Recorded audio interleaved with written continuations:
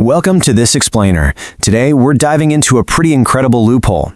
We're going to unpack the exact roadmap that non-residents are using right now to build legitimate, high-ticket digital agencies completely inside the U.S. corporate structure. Honestly, if you've ever felt artificially capped by your local economy, you're absolutely going to want to hear this. So let's just start by asking a really simple but honestly profound question. How do you build a massive US business without a US passport and without a social security number? Historically, the US financial system has felt like this walled-off garden, right? You probably assumed that without physical presence or citizenship, tapping into the world's biggest economy was just a fantasy. Well, it turns out that barrier is actually a total illusion. And the results are completely staggering. Right now, everyday entrepreneurs are charging up to $20,000 per client per month for high-ticket services. They're pulling this off by unlocking the US market directly from their laptops, literally anywhere in the world. They aren't competing on volume with those low-cost race-to-the-bottom gigs. They are securing massive premium profit margins, and we're going to break down exactly how they do it. Here is our insider playbook for today's explainer. 1. The US market opportunity. 2. The ITIN explained. 3. Your US business blueprint. 4. The high-ticket agency model. And 5. Fatal mistakes to avoid. Okay, Section 1. The US market opportunity. Let's start with why you'd even want to operate in the US in the first place. Think about the headaches you might be dealing with right now. Restricted payment processors, super low local rates, or maybe clients who are just hesitant to wire money overseas. A US setup completely flips the script. First off, as a non-resident owning a single-member LLC, you generally bypass U.S. income tax on foreign-generated revenue. That is huge. Second, you get instant credibility. Having a U.S.-registered company just signals immense trust and stability. Third, you get seamless access to top-tier financial infrastructure like Stripe and PayPal. And finally, tons of American corporations strictly require their vendors to be U.S.-registered. With this setup, you bypass those gatekeepers entirely and start bidding on those lucrative contracts. Moving right along to Section 2, the ITIN explained. So how do we actually unlock all these incredible benefits without being a U.S. citizen? It turns out this simple 9-digit number is the master key to the whole shebang.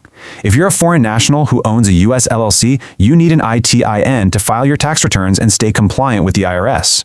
Without an ITIN, you're essentially locked out of the American financial system. But with one, you get full access to the world's largest economy. Now, a really common trap is conflating this with a social security number, which honestly causes a lot of people to just give up before they even start. Let's clear this up. You do not need a citizen-only SSN. The ITIN is strictly the legal, IRS-approved equivalent for foreigners. It's the exact tool that makes your foreign ownership of a U.S. company completely legitimate and above board. All right, Section 3, your US business blueprint. Let's move to the execution phase and look at how this builds into an actual, functional company you can run from abroad. It happens in 5 rapid-fire steps. You start by choosing a state, and Wyoming is an absolute life hack here because of its zero state tax and rock-solid privacy. Next, you name the LLC, hire a registered agent to handle your physical U.S. mail, and file your articles of organization. Once the state gives that the green light, you grab your EIN for the business itself, and finally, you apply for your personal ITIN using Form W-7. And once that LLC is formed and you have your EIN, the world really opens up to you. Again, you don't need an SSN to open a business bank account. You just use your EIN and LLC documents to set up accounts with non-resident friendly banks, like Mercury or Relay. From there, you instantly solve the massive headache of being locked out of top-tier payment processors. You just connect Stripe, PayPal, or Square directly to your US bank account and use US-based billing software to start charging clients in US dollars effortlessly. That brings us to Section 4, the high-ticket agency model. Now that all the logistics and banking are completely sorted, let's talk strategy. Because you now have this trusted US presence, the days of settling for low local rates are officially over. You can pivot to offering highly scalable, high-value outcomes. Whether that's done for you SEO, running paid ads, building AI to optimize workflows, or generating qualified sales calls, you are operating in a premium space now. Lead generation alone can easily command a $5,000 to $10,000 a month retainer. Even coaching and consulting can now be benchmarked to US standards, meaning you can easily charge 3 to 5 times your local market rates. There is a real golden rule to this high-ticket model. A true agency doesn't sell hours, it sells outcomes. Being a non-resident doesn't mean you have to offer discount rates just to win business. It means you leverage your brand new U.S. infrastructure to secure premium profit margins based entirely on the revenue you generate or the costs you save your clients. Finally, let's hit Section 5, Fatal Mistakes to Avoid. Before you rush off to launch your agency, we really need to talk about the red flags. Getting the setup right is one thing, but getting the compliance wrong, that will cost you dearly. Check out this number, $25,000.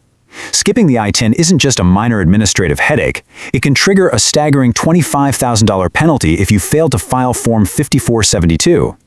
As a foreign-owned U.S. entity, the IRS strictly expects you to report your transactions. So securing your ITIN isn't just helpful for banking, it is an absolute legal necessity to protect everything you're building. And that brings us to the application process itself and what's known as the optional trap. When applying for your ITIN, forms might casually suggest that a passport scan is optional, or that a local ID card is fine. Do not fall for this. Treat a valid passport as absolutely mandatory. Omitting your passport is literally the #1 reason applications get flagged. If you try to use a driver's license instead, you trigger this manual review by the IRS that takes 3 to 6 agonizing months and usually just ends in a rejection anyway. Treat the passport as non-negotiable. So, how do we guarantee this goes smoothly? Just follow this rule. Always use a certified acceptance agent, or a CAA, to apply for your ITIN. Applying directly to the IRS by yourself means putting your original, highly sensitive passport into the mail and basically just crossing your fingers it doesn't get lost in a government warehouse. A CAA actually verifies your identity and your passport on behalf of the IRS. This drastically reduces delays, stops your documents from vanishing, and makes sure everything is processed correctly the very first time. We've covered the opportunity, the mechanics, and the pitfalls. Look, without an ITIN, you are navigating incredibly risky workarounds and leaving massive financial leverage on the table. But with it, you legally establish a U.S. presence and start charging premium rates globally. So, I want to leave you with this provocative thought. In a digital world where borders are practically invisible, is your business structure the only thing keeping you from competing in the world's largest economy? The blueprint is right here. The next move is entirely up to you.